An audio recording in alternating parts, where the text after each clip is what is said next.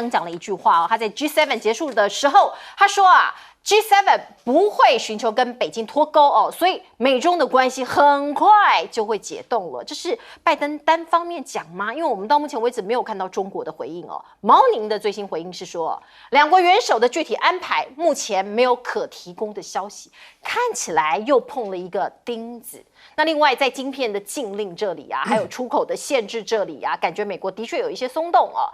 他说啊，中国大陆致力建军哦。不和中国做某一些产品的贸易，不是敌意哦，是希望可以维持现状。还有，他可能要放宽对中国大陆的这个国防部部长李尚福的制裁。可是哦，能够制造大规模毁灭性的这个武器材料啊，美国跟 G7 是不松绑的哦。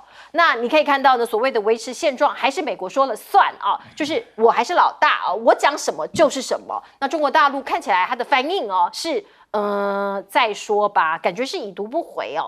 另外，我们再来看看中国的手段，或者中国使出的这个所谓杀手锏，在半夜啊丢出一个震撼弹哦，大陆封杀美光哦，美光公司哦在中国大陆哦销售的产品没有通过网络安全的审查，用安全审查没有通过这个理由哦封杀了美光，而业界也预测将会导致市场版图会有一个移动哦，业界就认为中国半夜下重手封杀美光哦。更加凸显了美中科技的战场是暗潮汹涌。晶片战争的作者米勒就说，中国利用 G7 报复美国晶片商，这不是巧合。美光案可以说是对 G7 的经济胁迫提倡的早期测试，因为 G7 说你中国大陆是经济胁迫，所以我就先来给你一个美光的封锁。而另外呢，包括这个 Financial Times 他说，如果美光遭到中国禁销，美国要求南韩鼓励三星啊、海力士啊停止对中国销售哦。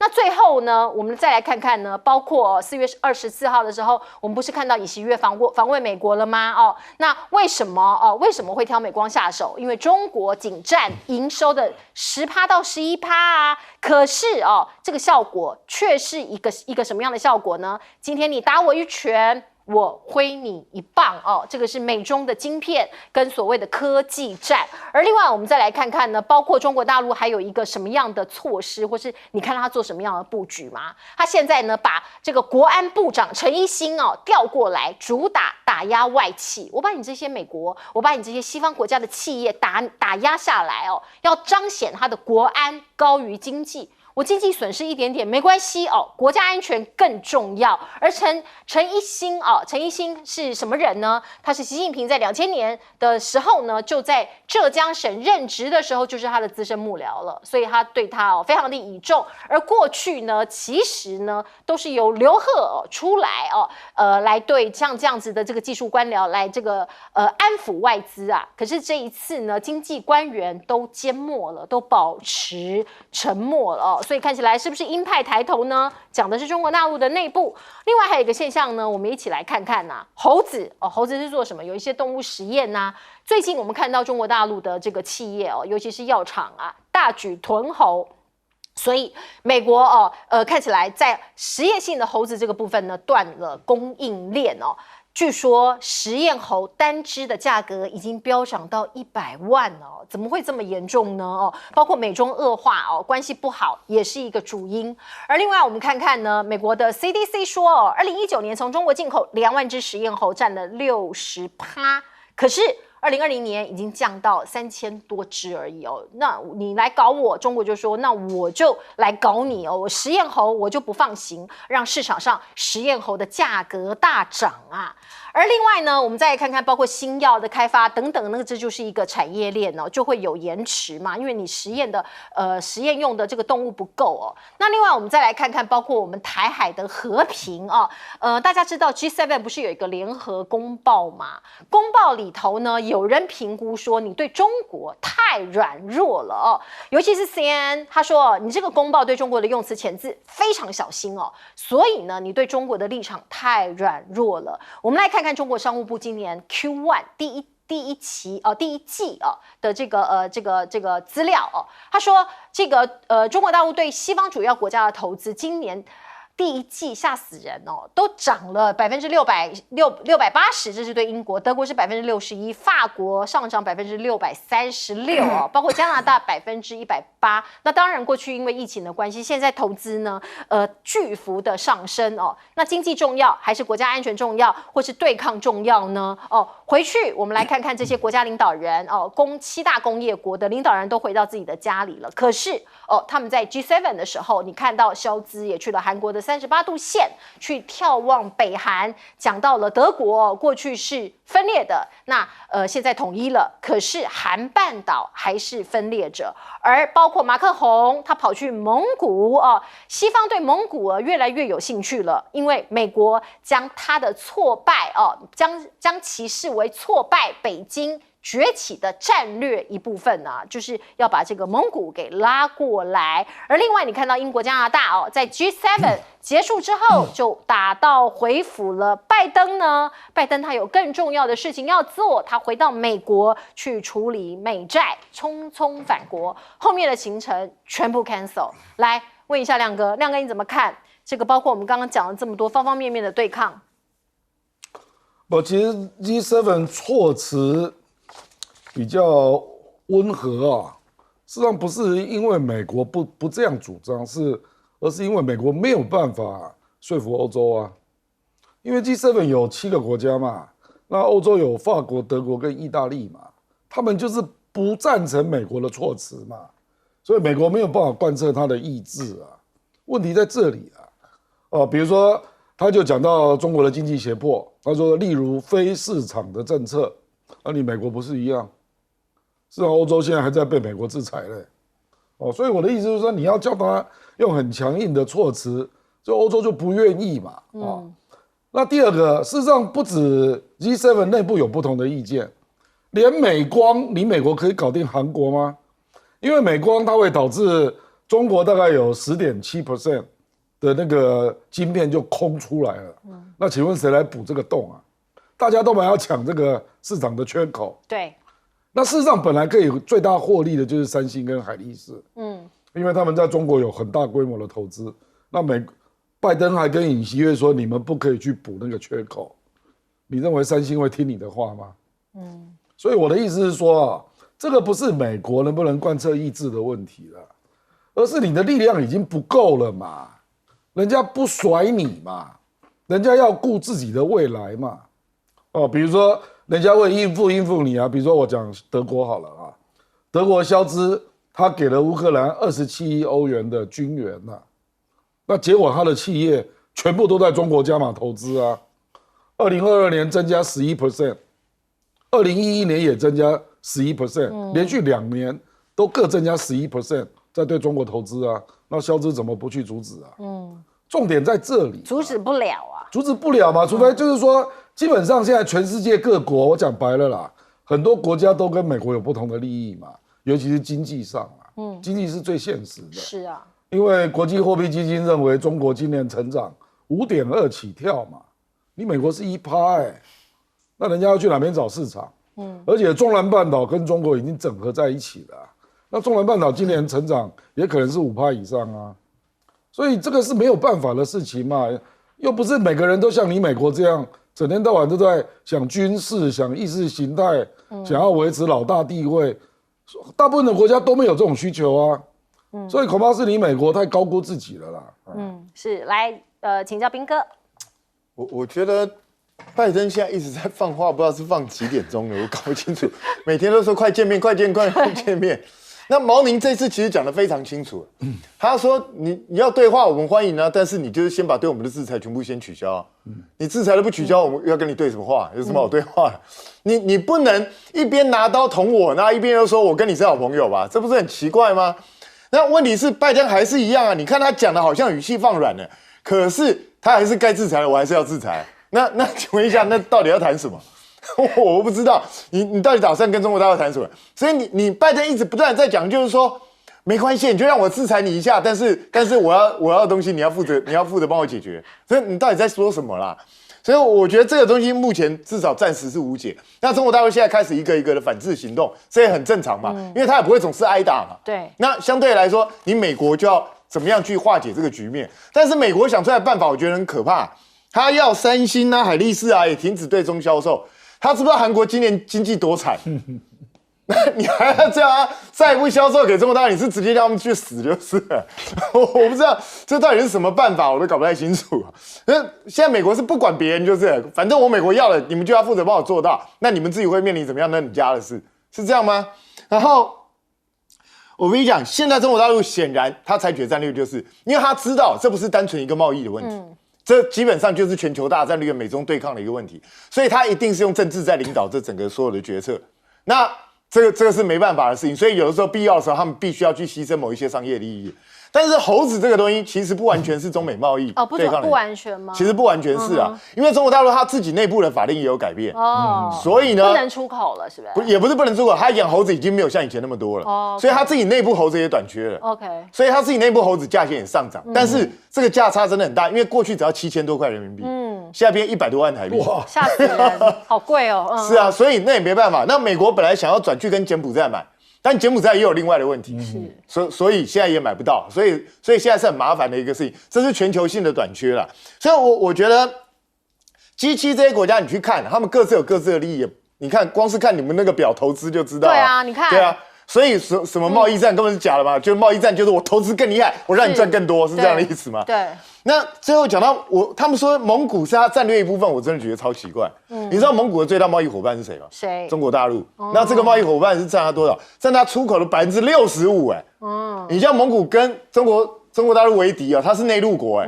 你是直接叫他自尽吗？我觉得这根本是不可能会发生的事。来请教将军，美国跟中国会不会谈？我觉得会谈啦，到最后还是要谈。对。但是这个谈的结果你觉得谁会赢？我觉得中国会赢为什么？因为共产党本来就是打谈的老祖师爷，对不对？他跟国民党那时候国共内战的时候就是打谈，边打边谈，是，对不对？就是他这个东西本来就是他的一个跟美国这个平衡对抗一个策略，就是我今天跟你谈一下，然后明天我不跟你谈，然后进一步退2步。我觉得后续来讲，双方还是会谈的，但是谈出来什么样，就毕竟是全世界两大这个集权、两大最大的权力的国家如果不谈的话，可能后果也会比较严重。那第二个，我讲这个陈一新其实陈一新讲话跟叶伦一样，他目前讲的话是国家安全重于经济。是。那叶伦前2天好像他也是讲这种话嘛他说美国国家安全重于经济发展，所以你看这两个人同样都是很强硬的硬调，所以在这种状况之下。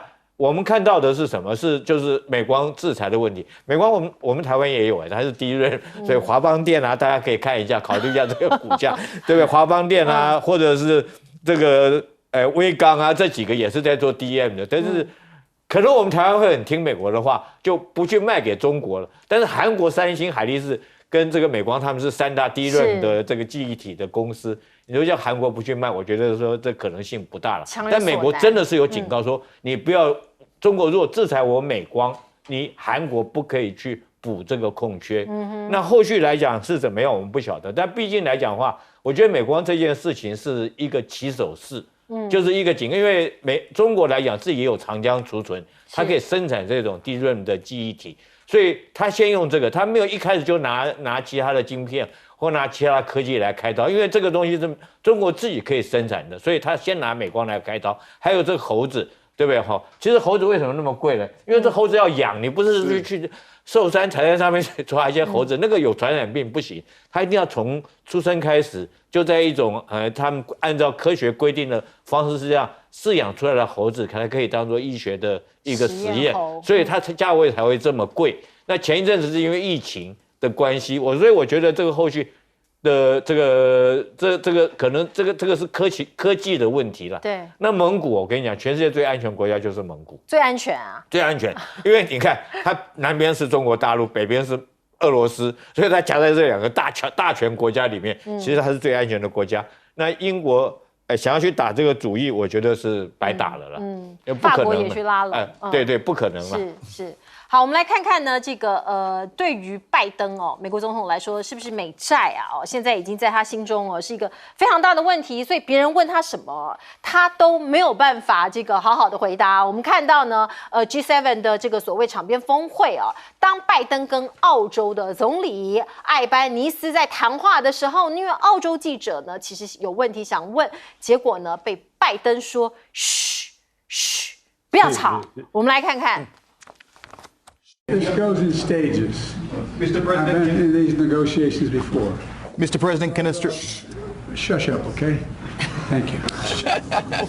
Charles, you 拜登呢要求澳洲记者闭嘴哦。其实你可以看到这个是一个现场的直播画面，主播呢还替这位记者好像说算是缓颊吧哦，帮拜登缓颊，就说哎呀，那可能是他们真聊到一段这个过程哦，记者是他说他不知道，他还没讲完，对他说他还所以就有点插嘴。是，然后所以呢，这个记者就先问了嘛，对记者就先问了嘛，所以拜登就制止他说嘘嘘嘘。那个当然有很多这个澳洲人呐、就在自己的这个家里哦，这个的论坛呐social media 上面说，哎，我们的媒体被嘘了耶，我们的媒体被阉割了嘞哦。那也有人对拜登呢，其实发生了一些批评哦，发出了一些批评，他说：“你拜登，你以为你是国王吗？”可是你是为人民服务的哦，那当然像这样子的一个记者在国外哦被他国元首有一点羞辱啦哦，所以自己国家的一些人民就会起来这个对于拜登有一些批评。那另外我们再来看看，包括拜登跟麦卡锡将再次会面哦，我们看到了耶伦哦比较强硬派的，他催促说美国的债务违约已经迫在眉睫了，如果你这个总统还有你这个国会议长不赶快哦，共和两党哦，这个共和党跟民主党两党不赶快协商的话哦，那将是全世界的灾难，已经撑不到6月15号了哦。这个 X Day 啊，可能在6月的前2周，6月上旬就会发生。如果真的发生，会导致150万个工作流失，失业率也会上升到5%哦。那这个僵局到底应该怎么解呢？五角大厦的高层就说，这个违约啊对军队很不利哦，我们都看到了哦，对中国有利，因为有很多的这个军火的生意有可能会被瓜分吗？哦，全球的军火交易，美国占40%。最大的买家沙特阿拉伯占12%，而中国的军火 CP 值很高，它很便宜，可是还蛮好用的，所以会不会变成美国潜在的劲敌呢？哦，我们再来看看，包括双尾蝎无人机到底有什么魅力啊？我们看到沙特阿拉伯已经斥资74亿啊，向中国进口生产线啊，包括你看到这个无人机，前一阵子也来我们台湾周围绕哦。那另外我们再来看看，包括阿联酋，他们也说了想买中国的潜舰跟技术哦。那另外呢，美中的军火 CP 值哦，我们刚刚讲的，好像中国大陆的 CP 值比较高，所以有一些媒体来做一个大比较哦，包括美国造一艘福特级的航母要120多亿美元哦，伯克级驱逐舰的成本是37亿美元哦，超过055大区中国大陆的3倍以上。美中的太空竞赛现在看起来也升温了。我们看到 NASA 最新的消息是搭载了沙烏地阿拉伯首位女性的太空人赴国际太空站。ISS 的火箭升空了哦，所以你也可以看到，包括中国大陆呢，也开发自己的卫星宽频网络哦。你看到了他们的这个发射的卫星哦，也很多。另外，时隔3年首发这颗北斗导航卫星很不一般呢。这是5月17号，中国成功发射了第56颗北斗卫星，可以增加“一带一路”的区域。短报文通信服量增加1/3的容量所以你可以看到中国2022的卫星导航的产值超过2.2兆台币，方方面面的竞争现在美中的军事的实力看起来越来越接近了。来问一下亮哥，这个拜登的头痛是这样子的哈，我们把那个美国联邦政府的预算拆开，你就知道了。他去年我们举例了啊，他去年总共支出是6.3兆，那他的法定支出4.1兆，这个就是不能减的。利息支出5000亿，那加起来是4.6兆，占了73%。也就是说，他可以支配的预算只有27%了啊。那现在就焦灼在哪里呢？焦灼在27%要删哪些项目嘛？那一个叫做国防嘛，国防大概8000多亿，那另外的就是非国防嘛，就这样。那共和党坚持国防不能删，所以你就给我删非国防啊，不然就是那个法定支出，你去给我修法，那修法通通都是民主党的铁票，社会安全支出、医疗保险支出、医疗补助支出、所得安全计划支出、学生贷款计划，全部都是民主党的票。对，它就卡在这里、民主党最重视的部分是嘛？它就卡在这里。那共和党就说你10年给我删4兆，那就是1年要删掉4000亿。拜登找不到科目可以删啊。那共和党当然就是认定你啊，你根本就是要买票嘛，因为所有的那些支出的计划都跟你们民主党的票是绑在一起的。是这个就是他的困难呐。可是我坦白说了，你一个国家，你的收入只有4.9兆，结果给人家编到6.3兆，你赤字就1.4兆，那为什么收入只有4.9兆？我再告诉你啊，个人所得税2.6兆，公司所得税只有4250亿，所以公司所得税这么少，是啊，你放过这些公司的税，那这个就是民主党、共和党共同造成的嘛，他们不愿意征富人税嘛，不愿意对公司开大刀嘛，所以你就收入就那么少嘛，那你为什么不调整这个？要开源呐。是啊，你不开源就是节流嘛，这个没有别的方法啦。那叶伦为什么一定要增加举债上限？因为今年他增加了赤字是1.2兆，他现在举债上限才增加1.5兆，也就是说这个法律通过了之后，他一下1.2又不见了，手上还是又只剩下3000亿，而且我们还没有算那个利息支出可能还会增加，因为你在升息啊，对，所以你就知道这个是什么政府嘛。而且是民主共和两党的共业，因为他的举债上升，每一个党都一样干同样的事情，然后也都不愿意去征富人税，跟对有钱的公司征比较重的税，对，就是这样啊，然后节流，一个不准砍国防预算，一个不准砍社会福利预算，是我看你怎么搞下去，就自己种的因，自己就要接受这样的结果嘛。好，我们进一下广告。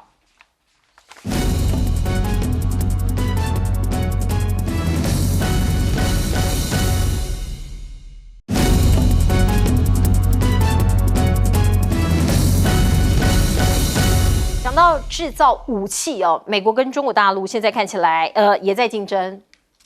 中国大陆当然它的武器就是这几年看起来进步很大，而且它现在不管造舰啊，或是造坦克车啊，或是无人机啊，它这些工业都整个都起来，都追上来，而且建造的速度大概全世界最快。所以对这一些长期想要拥有自己的军工产业的这些国家来讲，因为中国大陆还蛮常愿意把技术输出的，所以对中东这些国家来讲，当然是有一定的吸引力。更重要就是它价钱不太贵。所以价钱不太贵，而且中国大陆过去在卖军武的时候有一个习惯，就是它也不一定，你不一定要用现金跟我买，你可以用农产品啊，用矿产啊，用其他东西跟我换，慢慢来都不急。所以像非洲啊，或者以前一些第三世界国家很喜欢跟中国大陆买武器，就是这样，因为它可以用这种交换的方式。但是中国大陆现在它的武器也提升了，也不再是当年那么便宜的东西了。那你说它现在它的神盾舰，比如说美国的伯克级一艘要30几亿。那它现在目前大家估价说它万吨大驱大概是10亿左右，那价钱就差很多了。是，可是问题是某一些最尖端的技术，我认为中国大陆也不见得会愿意释出，因为像比如说055是它最尖端的技术，包括它这个整合型的这个逆中的这个上层结构，它这些东西恐怕不见得会输出。但是它2级的，比如说052D 这一种相对比较便宜的，它可能那技术已经不是它最新的技术，它可能就会愿意释出了。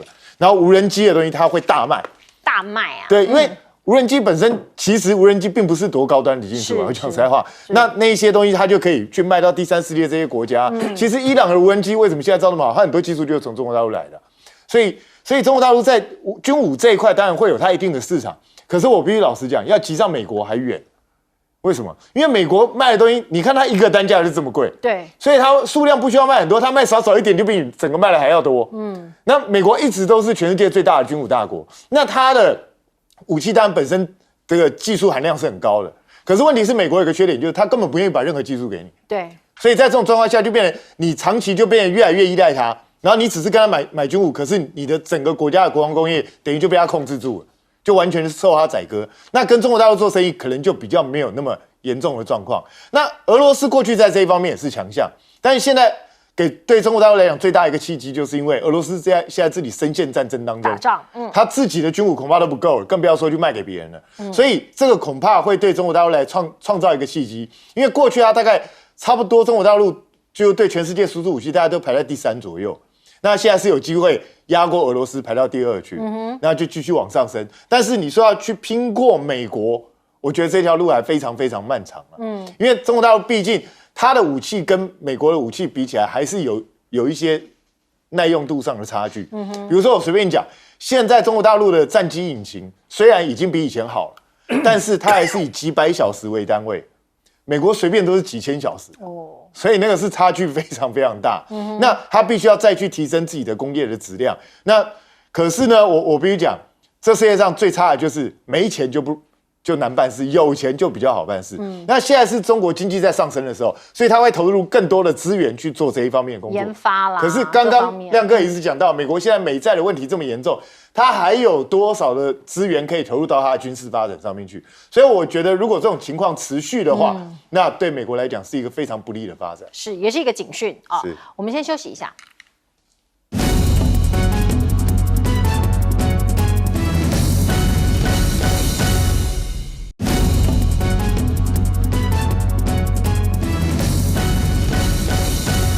看看美中在太空中的竞争也很激烈，正在升温。来请教将军，你怎么看呢？我们有一句话哈，就是这杜克的这空权论，它就是谁能够掌握天空，谁就能够掌握全世界。那是意大利的一个战略学者提出来的。那时候他提出来的时候，大家觉得还不太可能，因为那时候的飞机还只是很简单的那种简单的飞机嘛。但是随着他的理论，我们现在来看的话，确实如此。最明显一个例子就是，乌克兰战争的时候，现在乌克兰战争啊，马斯克提供他的星链卫星提供给乌克兰，所以整个乌克兰它的通讯联络都不构成问题。而且战争一开始的时候，苏俄还不相信，还没有接受这种现实，所以他很多的我们都知道，俄乌战争一开始的时候，俄罗斯很多的将领被干掉，就是及时的情报、及时的这个武器的发射以及精准的命中，造成俄罗斯很多的高阶将领就被在战场上阵亡了。那我们现在来看，中国现在跟美国，我们来 PK 一下几个数据，我给大家参考一下。美国它因为经费被删减，它所有太空经费几乎都没有了。现在中国来讲的话，在太空战这方面，中国现在有太空战。第二个，以前我们都知道美国有太空梭哈，现在美国自己也没有太空梭。那美国现在还有一样东西叫做 XB-37实验的这种太空梭，就是可以从太空来回这种载具。那中国也发展出来了，中国也发展这种东西出来了，但是它的数据我们因为它列为机密，我们还不知道。但是我们目前了解的中国来讲的话，它的太空数据是天舟6号。它已经7次都发射成功了，那这7次它的载量是多少？它到7.4吨。那以前我们看美国太空说它的载量是多少？是2.7吨。所以由这个运输的量，我们就可以把这东西运到太空轨道之中。这运输量，一个天舟6号跟太空梭，我们来做一个比较，就是说这个比较是有差距的。那我再讲一个数据哈，这个我们前一阵子最流行的就是马斯克的星舰计划，他那后来虽然说爆炸，对。太空梭2.7吨，你知道它载多少吨？载多少？100吨。哦，这么多、啊。对，所以星舰计划很大。那中国来讲的话，现在中国最新的这种，它不讲是哪一家了，但它现在还在研发之中。它天兵科技哈，它叫天兵科技，它的运量几乎是跟马斯克的那个星舰计划一样，100吨，它一次可以60颗卫星上去。哦。那在这种状况之下，中国也发现说，太空就是未来的战场。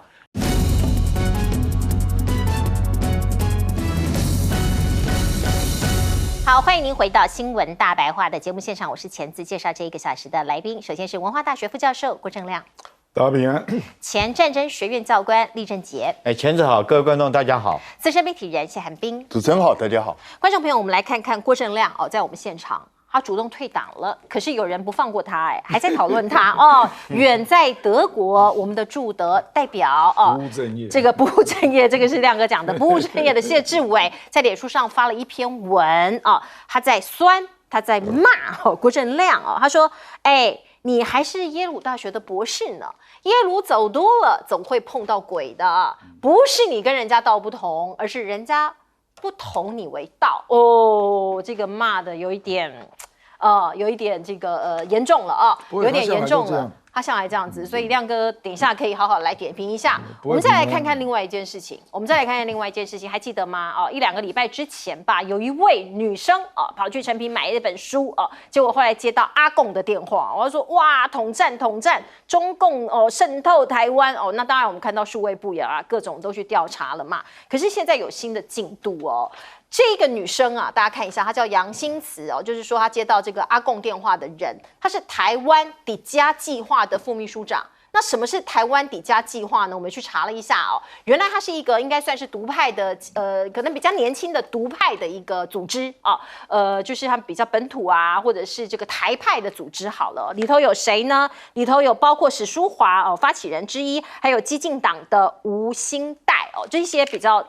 这个政治立场比较一样的人聚集在一起发展的一个组织。那副秘书长就是杨新慈他说他买了这一本书，阿共打来怎么办这是2月份在诚品买的。那5月13号就接到中国的统战电话。那这件事情当然很奇怪很蹊跷就你们这个组织的政治立场其实很鲜明嘛。那巧合的是，这个所谓的统战电话事件跟国民党5月17号征召侯友宜的时间点相近所以你就想说，这个都能扯到统战电话，这个到底资料外泄谁外泄？那数发部也去调查这样一连串这样扯下来。感觉是有人在操作，可是又说不出来是谁在操作。我没有讲是自导自演可是也有人往这个方向来怀疑所以真的选举近了，什么牛鬼蛇神，什么事情在台湾都会发生。另外，我们再来看看简于晏他作家嘛，最近他发表了一本书过去他也是政论节目的常客他说他这本书里头有描述到一些情节，他说台湾的乐听大众每天都被红色轰炸。还有在地协作者的公关公司，还有黑道买了电台节目宣传红色观点来洗脑台湾人如果我们都看到简于晏，包括这个所谓的杨新慈的这样子的一个事件，就会觉得说天哪，匪谍就在你身边，台湾到处都有中共的协力者，到处都有匪谍，是这样吗？这个是塑造一个什么样的氛围呢？我们再来看看赖清德副总统呢，最近在跑选举场嘛他说如果战争牌奏效的话总统就会由中共决定吓死人赖清德说，如果用战争来恐吓影响投票的结果，以后台湾总统都将由中国决定，这就不是民主那到底谁在打战争牌蓝跟绿都说对方在打战争牌大家就可以来仔细分辨一下了。另外，我们再来看看所谓的一中陷阱这个坑是谁挖的呢？最近必须讲这2-3天，我们都看到赖清德不断的抓着侯友宜问说：“你跟我讲清楚，说明白你的这个所谓的你有没有认同一中政策呢？你有没有认同9·2共识呢？”其实赖清德恐怕是故意设一个陷阱啦，因为现在绿营已经把所谓的9·2共识等于1国2制，再等于一个中国，所以他要逼侯友宜表态。是不是支持9·2共识？如果侯友宜说我支持9·2共识，他就说那你支持一中原则。所以你看到侯友宜到现在其实对这个议题他是没有这个出来讲说他接受9·2共识或是不接受9·2共识，可是他是有很清楚的说他不接受1国2制这是现在两边的攻防。说到战争与和平，说到贩卖恐惧，到底是谁在做这件事呢？联合报的黑白集就说：“你卖战争，我不能恐惧吗？”回顾蔡政府的所作所为，过去这个战争的题目，其实在台湾被讨论的没有那么多，必须讲。虽然我们知道阿共文攻武吓，虽然我们知道阿共常常有军机过来绕，可是大家想一想，过去你有一直在想到战争吗？你有一直听到战争吗？你有听到说阿共已经打来了或快要打来，什么2023、2025、2026，其实真的没有这样的讨论，或者是非常少。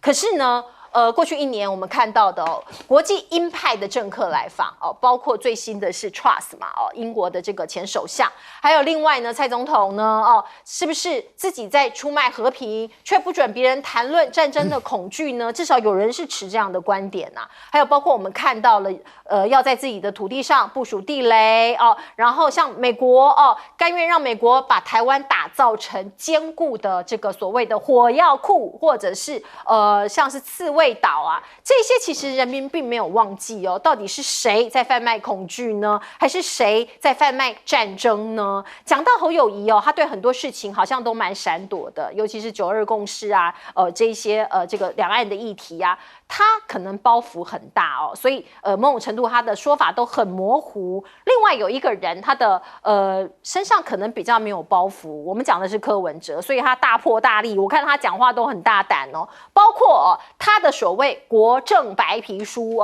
内容有提到什么？大国等距大家知道了，可是有一个新的外界比较不知道，第一次听到的是重启服贸谈判。重启服贸谈判这件事情就有意思了哦。我们看到绿营已经有人在打他了哦。那另外我们看到对岸的一个两岸学者，对岸的一位学者叫包成科，他就讲啊，两岸的民间交流其实不应该排绿。绿营的人士也应该来交流。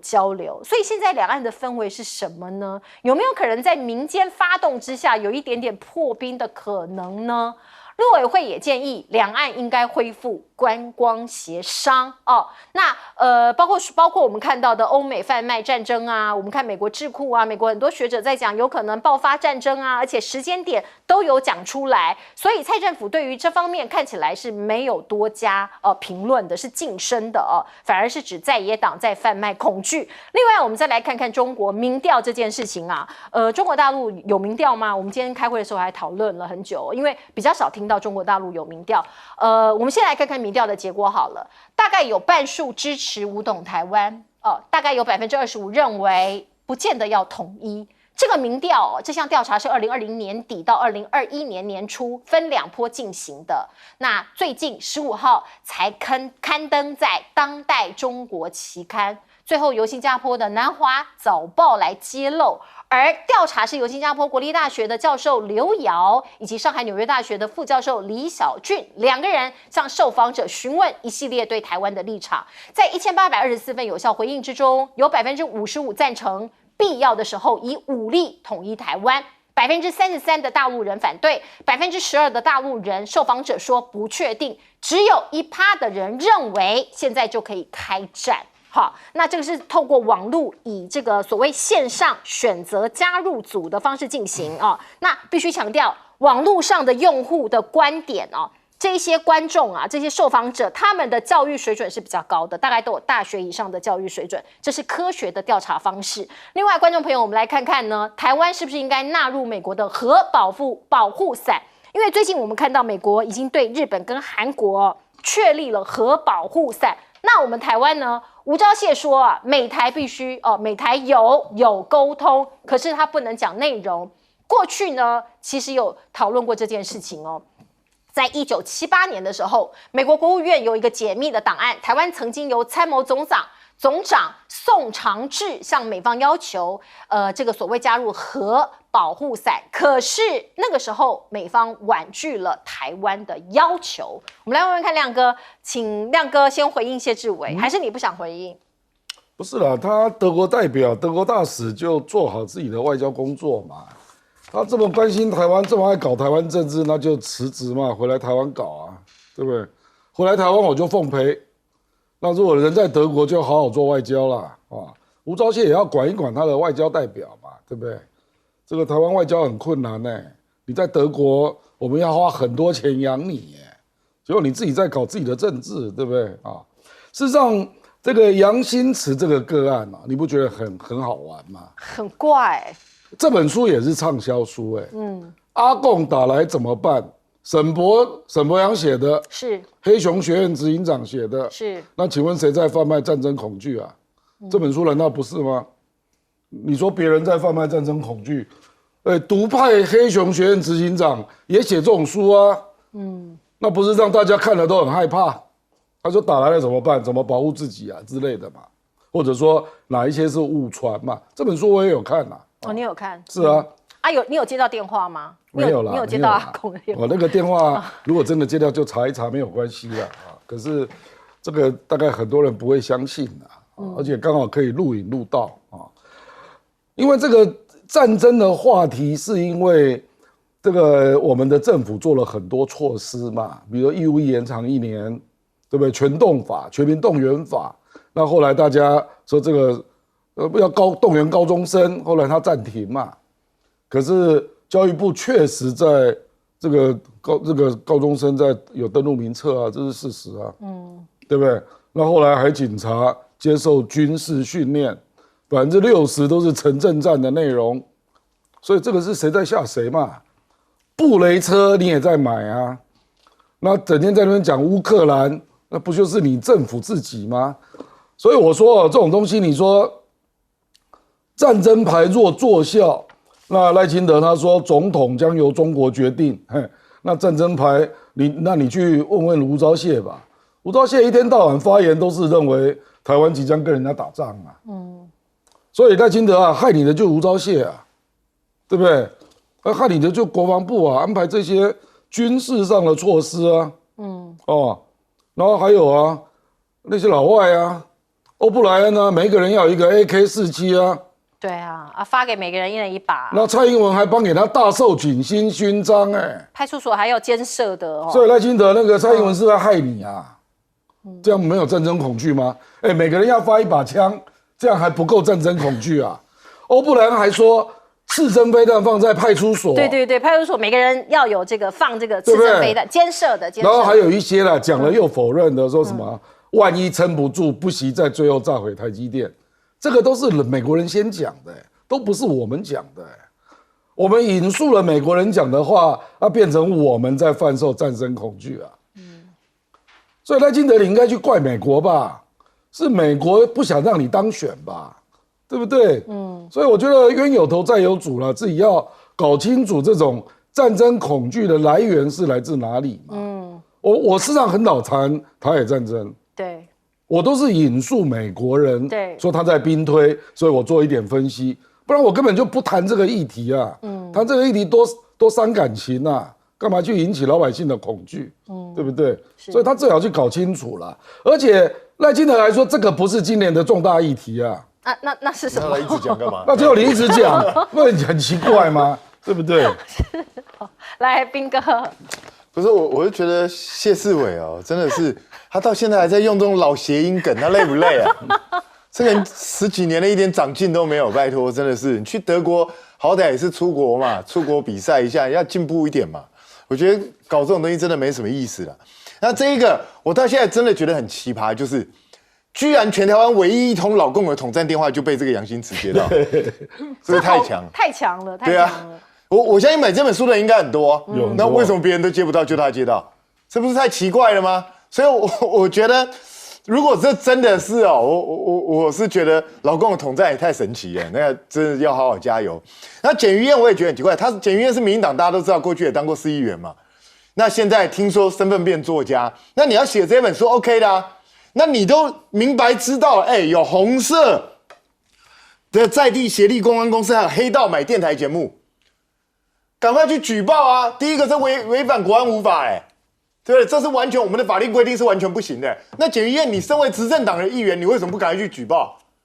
你直接拿证据去举报，把他抓起来啊！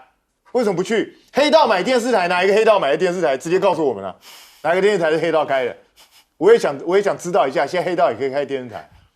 所以我就觉得很奇怪，你自己都当过民意代表，而且你现在是执政党的人，结果你现在做这种东西还有影射的，干嘛影射？你直接讲啊！还是你没证据？所以我觉得，那请问一下，谁在恐吓别人？那刚亮哥已经提到了，从头到尾就是老美在讲。我一直在说什么？我一直在告诉大家，老共看起来一点都不想打，但是老美一直逼他要去打，老美一直引诱他要去打，因为老美希望他打。那你告诉我说台湾没有战争的威胁，不要去恐惧，结果你在延长兵役，请问你在干嘛？如果没有战争恐惧的话，你干嘛延长兵役？你有病啊！所以是你自己讲的话，逻辑上都不通嘛。